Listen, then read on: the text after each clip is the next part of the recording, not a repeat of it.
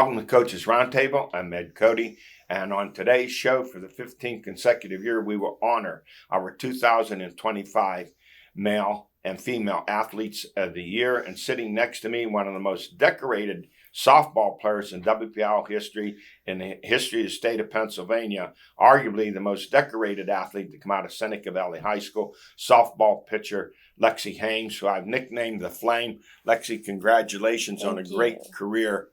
You deserve it. All the accolades, Gatorade Player of the Year, Max Preps Player of the Year, All-State 4 years in a row, WPIAL MVP, Section MVP, your career, 8 no-hitters. And the most impressive statistic to me is when you struck out 17 batters at Norwin. An ERA is 0.48. When you look back at all of this and 2 WPIAL championship, 4 straight championship games, a state runner-up, how do you process all this now that you've had a chance to look back? I think that, each opportunity and each game we had was really fun, and it was a chance for us to grow closer. And, I do have those accolades, but I really don't think I'd be anywhere without the girls on my team either, because, without their support and without, us supporting each other and us, feeding energy and, all the things that play into it, them on defense being studs so I can do my job and, trust myself and really, have fun with these pitches and try new things, all that kind of stuff in game. And, being able to trust our lineup and our bats, those really affected how many accolades, how comfortable I was able to be, how I was able to settle in games and, trust myself and trust the process. So I think, looking back and seeing those accolades, it's pretty cool to see all of those. I never in a million years, as walking in as a freshman, thought, I would be in the position I am today, with Clemson and the USA team and all that kind of stuff. But, it's been a pretty cool journey. Well, your great pitching overshadowed the fact you're a pretty good hitter, too. 37 career homers, 117 RBIs, and this year intentionally walked 41 times, and it was disappointing. Your 1-0 loss to Hempfield in the championship game where 12 runners were stranded for Seneca Valley. You were intentionally walked 4 times. How frustrating was that for you?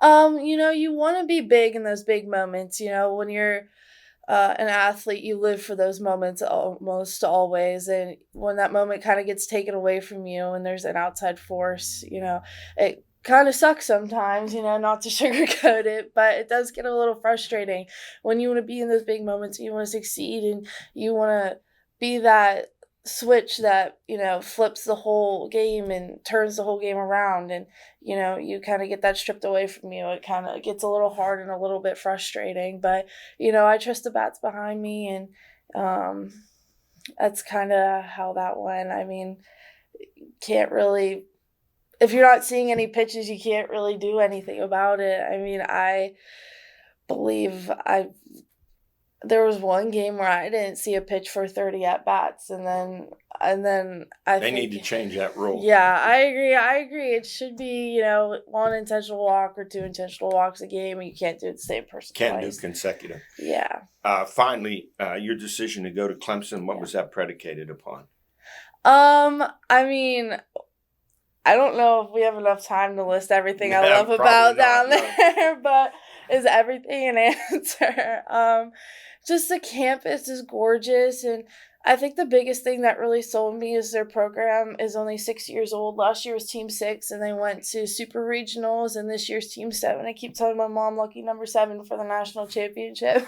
But, we kind of keep making steps each year closer and closer to that. I mean, we're ACC champs, and how progressive the program is with just a few short years, and I really feel like I can go in there and grow and become a better player. And, just the atmosphere down there, they don't really have any pro teams, so that school is like their pro teams. So even the support for softball in the community is amazing, and just the academic side, I mean, the business building, and that's what I'm going for. I'm majoring in business and finance, so just all of that. I mean, Well, Lexie, on behalf of Armstrong Coaches Roundtable, I want to present you this trophy to honor you on a great career and a great season. Good luck to you at Clemson. thank you. I'll be right back with our Male Athlete of the Year after this. At Armstrong, our goal is delivering the best possible experience to our customers. We hold our work to high standards, and the safety of our employees, as well as the community, is essential. Our employees, business partners, and equipment are easily identifiable.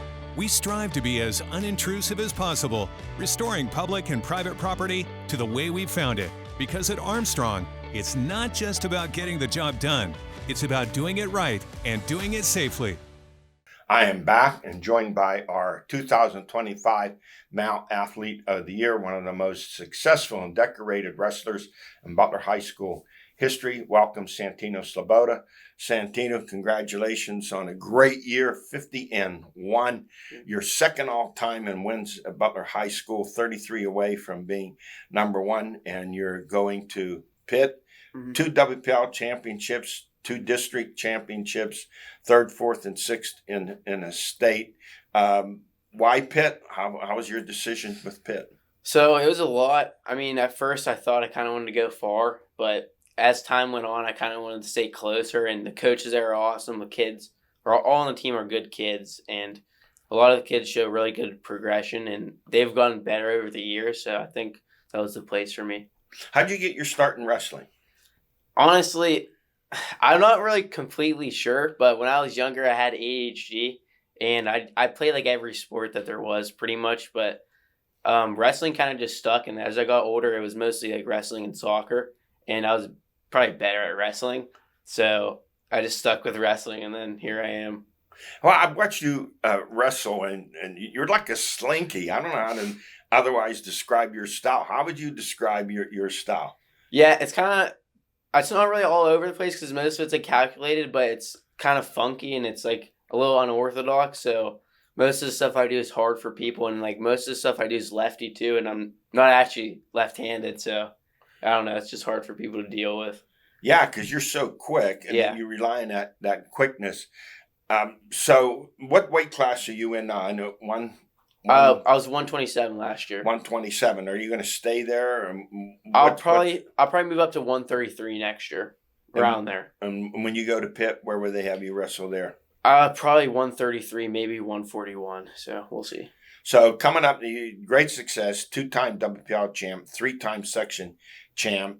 You've done well in the state finals, so I'm sure that's on your agenda next year to win that state gold. Plus 33 more wins. You're the all-time winningest wrestler in Butler history. Those will motivate you for next year? Yeah, for sure. I think the win record was kind of like a loose goal when I was younger because it was such a high number, and I was like, I'm just going to say that I want to do this, and now I'm to the point where I could totally beat it, so that's awesome. So what's the off-season like for you? So when I was younger, I used to wrestle a lot more in the off-season than I do now, but it's usually just practice like now until the season. Like I wrestled 2 weekends ago at Virginia Beach, and then I won't wrestle a competition again until December. So it's just like 4 to 5 days of practice a week. And do you talk often with the Pitt coaches, and what do they tell you about training and getting prepared, not only for your senior year, but getting you ready to go to Pitt?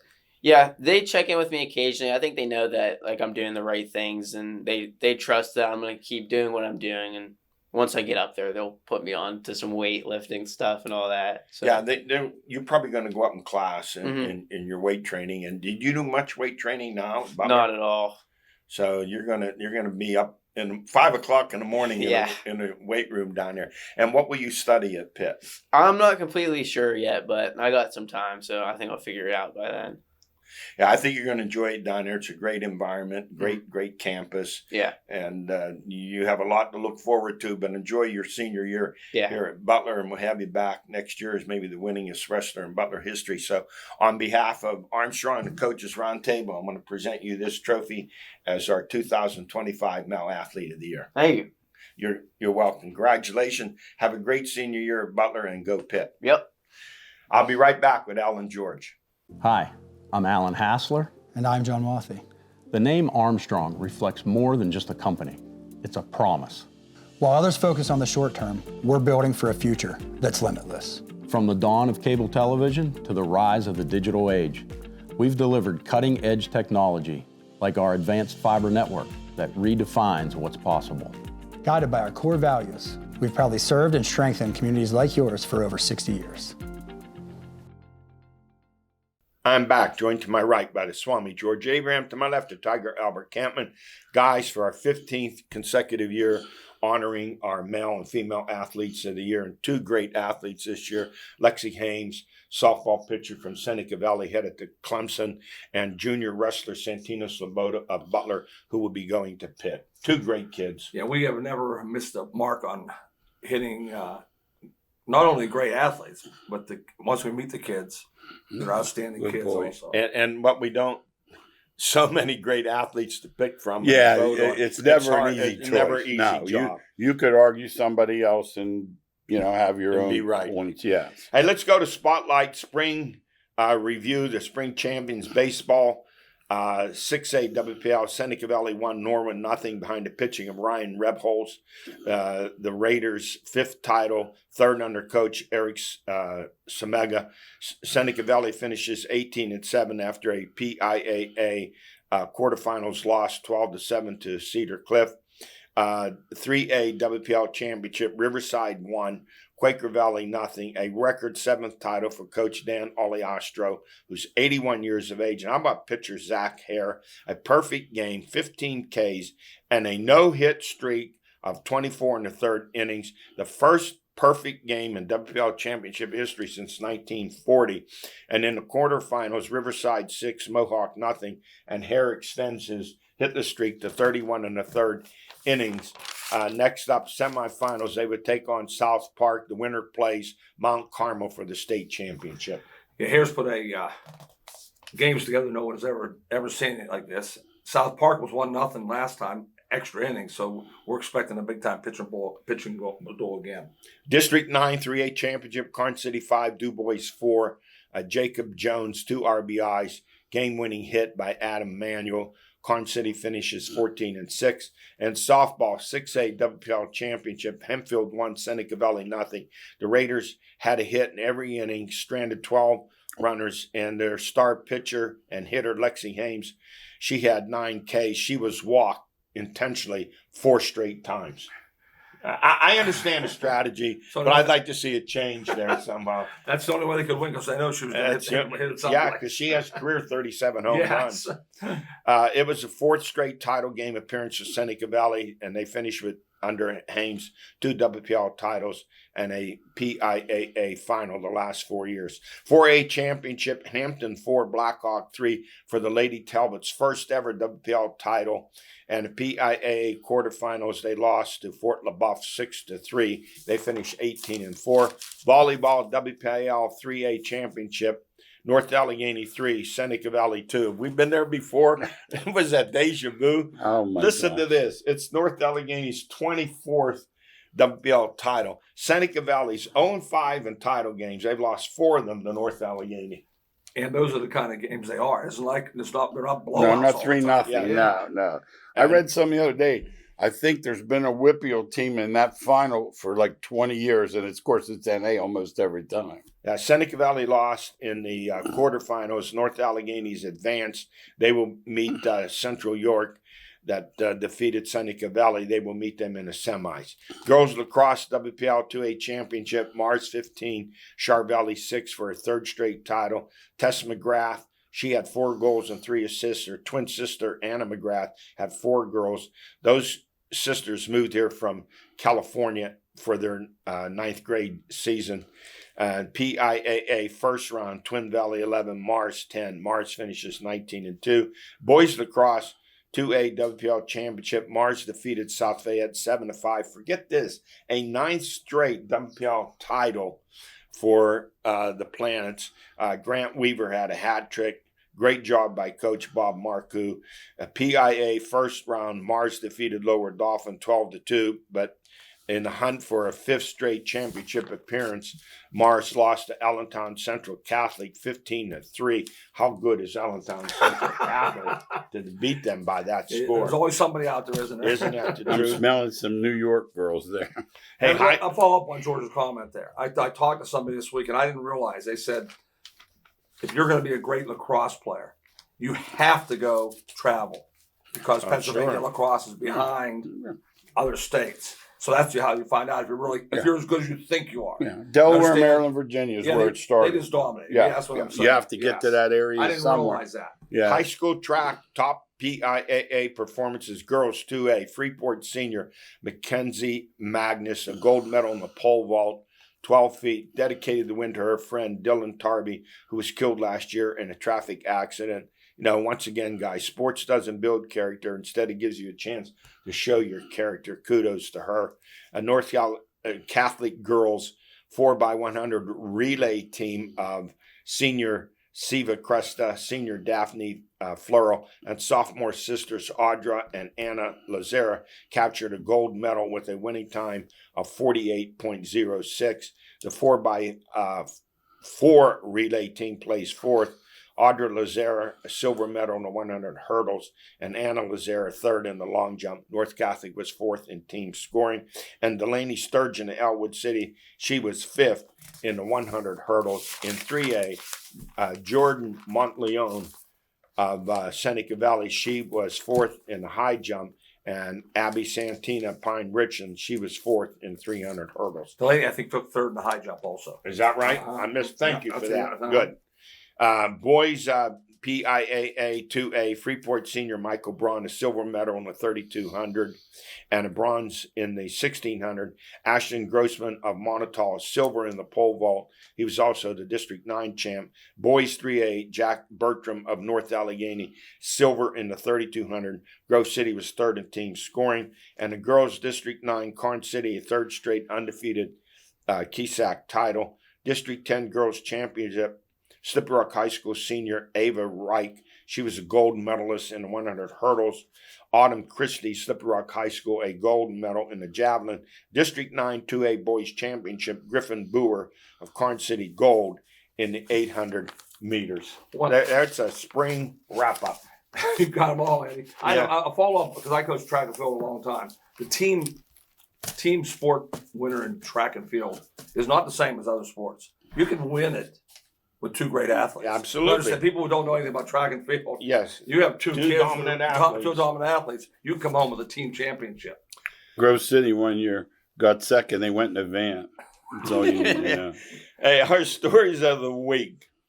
The soap opera Search for a Quarterback is over. Hello, Mr. Rogers. Welcome to the neighborhood. The Steelers signed 41-year-old Aaron Rodgers to a one-year deal. $13.5 million, could be $19.5. He will be the NFL's oldest player. Like Mission Impossible, his assignment is to win the Steelers' first playoff game since 2016. So he's their third choice. They wanted Fields, didn't get him, went to the Jets. They wanted to trade for Matt Stafford. The Rams laughed at the Steelers' offer. So now they get Rodgers. All right, guys. He can't run like Fields. If you compare him to Wilson, what he did last year, and I wasn't a big Wilson fan, but in 7 quarterback rating categories, Wilson came out ahead in 5 of them over Rodgers. So Rodgers averages in his career, 20-year career, 34 passes per game. The Steelers under Smith threw about 28, 29 a game. So is he an upgrade? Does he give him a better chance to make the playoffs than the other two did? I would say they're same thing. I mean, none of them are going to take you to the Super Bowl. This is the hardest position to find. Once they got stuck, he was the best one out there. It's a quarterback-driven league, so I don't think the Steelers are going to be improved that much. I think he's a huge upgrade to those two yucks. I can't believe it's even close. I mean, he's not what he was 15 years ago. 5 years ago. Yeah, but look at his last half of last season. Yeah. It wasn't just him that played poorly for the Jets. Right. And if he's not an improvement over the backup they have now, or Fields or Wilson, I'll be shocked. Well, here's my question. What's gap quarterback mean? Okay, it's supposed to be a 1-year gap. Let's just say he takes him to the playoffs. Then what do? You say, well, you were only here for 1 year. I know you took it to the playoffs and got us a win, but we're moving on. That doesn't make sense. No, the only problem I see is I don't know the long-range plan because if he is an upgrade and they pick 20th again, they're not going to get a quarterback. And here's the other thing. He's 41, 42. He's not going to be Tom Brady. But is there a chance he could finish like Joe Namath and Johnny Unitas did? And what if he gets benched? He's not going to stick around as a backup quarterback. He's not. That's all. They're not benching him. No, they're not benching. Now here's the thing that sticks out in my mind. Last year, Russell Wilson had a 500-yard game against Cincinnati where he changed plays at the line of scrimmage. After that game, Arthur Smith told him, you have to use the play that we send in, the play that's called. That came by way of Mike Tomlin, who wanted no more plays changed at the line of scrimmage. Is this going to be the same deal for Rodgers, who knows every defense that's ever been shown? Tomlin's either going to have to let him go. He's not coming if he can't change plays at the line. I agree with that. I mean, come on. I never hear that, Albert. Pro team. I don't believe it. I can't make sense. That's why I didn't comment. Well, look what Wilson did after that. He faded. Yeah, but I don't believe anything they write or something like that. You're telling me a quarterback can't change plays? No, I believe it. Arthur Smith told him, you have to call the play that was sent in. High school, I do. High school, I believe it. Now, junior high. Here's my thing. The pressure's not on Rodgers. It's on Tomlin and Kahn. Be careful what you ask for. So if this doesn't work out, it's going to come back on Tomlin and Omar Khan. If you think there was drama before, there's going to be a lot more drama now. To me, final analysis, I think this is a act of desperation by the Steelers. Well, they are in desperation, though. They want to win a playoff game. You have 4 or 5 older guys. You get guys like, Hayward. You're going to have to win. And I think the point is, and Al said it right. He gives them right now, not a in better 2 chance. years, not right. Right now, he gives them the best chance. Is he as good as he once was? Probably not, but he can still zip. I heard a couple guys say that we're down on the field last year when the warm-ups and this and that. They can still spin the ball. Well, we'll find out that first game at the Jets, drama at the Jets against his former team and Justin Fields quarterbacking for the Jets. That will be interesting. And let me say this: the Jets are 5-12, but their defense was the number 3 ranked defense. They have a good defense. Their defense is like the Steelers, though. Overrated. I watched them play. They're not. That's a good point. Yeah, they're not as good as they. The national perception. Al said that. Steelers. And I'm listening yesterday. It's coming about they got Queen and they have, and I'm like, they give 31 up every time they're in playoffs. Yeah. Now they beat the bad teams.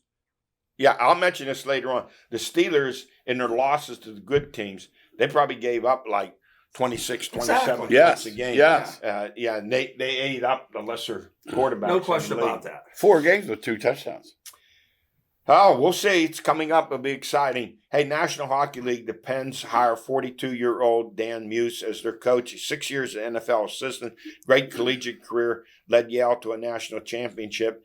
He's lauded for his handling and development of younger players. He may be the person that the Pens are looking for because I think they're going to clean house. Veteran coach doesn't want to come in and do that. Something's got to be done. It's going to happen. Because they have not played well at all. I don't know what they're going to do, but I know they're talking it over right now. What to do with the three stars and what to do with the young kids. I think Latane and Malkin. They can never get rid of Crosby. And Carlson, they're going to be moving on. Hey, the Stanley Cup, the first 2 games, both overtime, terrific hockey. And I think Edmonton blew a chance to go up 2-0 in a series. Now they're down, having lost at Florida. They're down 1-2 now. Yeah, and they're equal. Both teams are equal. I think Florida has more depth. Florida has more depth. They always have. That's how they won the Cups before. Their third line's as good as some people's first line. They got a great goaltender. I took Florida coming in. I thought they would win it on shore because they're pretty equal. McDavid's unbelievable though. I'm telling you, he's a one man record. So fast. Yeah. Hey, Major League Baseball, the Pirates are playing better under Don Kelly, but what does this mean? Kudos to former number 1 pick catcher Henry Davis, who I was down on. He's improved now. I'm not getting excited, but he's boosted his average from 140 to about 210, which is a huge improvement. His catching's better. He's showing a little power, And kudos to David Bednar, who was demoted down in the minors. He's come back. He's dropped his ERA from over 7 to 3.74. Big improvement and help for the bullpen. But I don't know, where do the Pirates go from here? Well, you just said something at the end there that I don't want to pass over. They've won games because their bullpen's better. Yes. You know, the games they were losing 4-2, they're winning 2-1 right now. That's all that's happened. Nothing else to say. They still hit lousy. They still field lousy. They still run the bases lousy. But their bullpen has been really good. And Skeens with a 1.88. He's the best pitcher in baseball. Him and Scooble. And they say to him, "Oh, he remains so relaxed and calm." Sure, he does. He knows where he's going. Happy trails. He's headed out that door for bags of money. The OC, why would he get upset? He's headed to the OC in about 4 years. Hey, guys, I want to mention this in our closing. College sports, House versus the NCAA. After 5 years when Arizona State swimmer Grant House sued the NCAA in the Big Five conferences over restrictions on revenue sharing, U.S. District Judge Claudia Wilkin has ruled in favor of the athletes so that they now can be paid directly by the schools. You have that $2.7 billion over 10 years. Each school has $20.5 million to spend on athletes. It is like a cap. So what's going to happen there? It'll limit the rosters in terms of walk-ons, but brewing is a growing dissatisfaction by the Big Ten and the SEC. And I'm going to say within 5 years, they will break away and form their own league, a league of their own. You've been saying that, Eddie, and nothing you've been right on it. My thoughts are, I don't know how they're going to. I still think they're saying, okay, it was $20.2 million.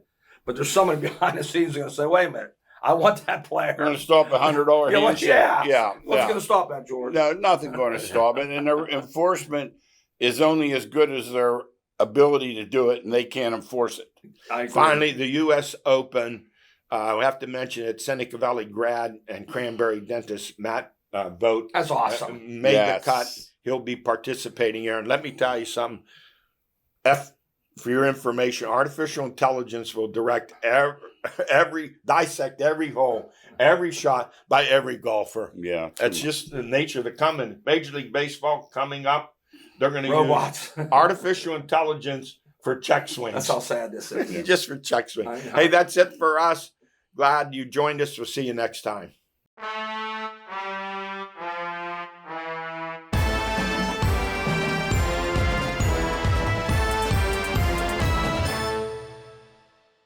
Thinking about switching to 5G home internet? Think again. Unlike Zoom from Armstrong, 5G home internet is delivered by a cell tower. The further away you are, or the more devices connected to that tower, the slower your internet is. Cell phone providers also play favorites. When their networks get busy, calling and texting wins, and your home internet pays the price. Stick with Armstrong to get more data, more speed, and internet whenever you need it, not whenever they want. Armstrong, keeping you connected.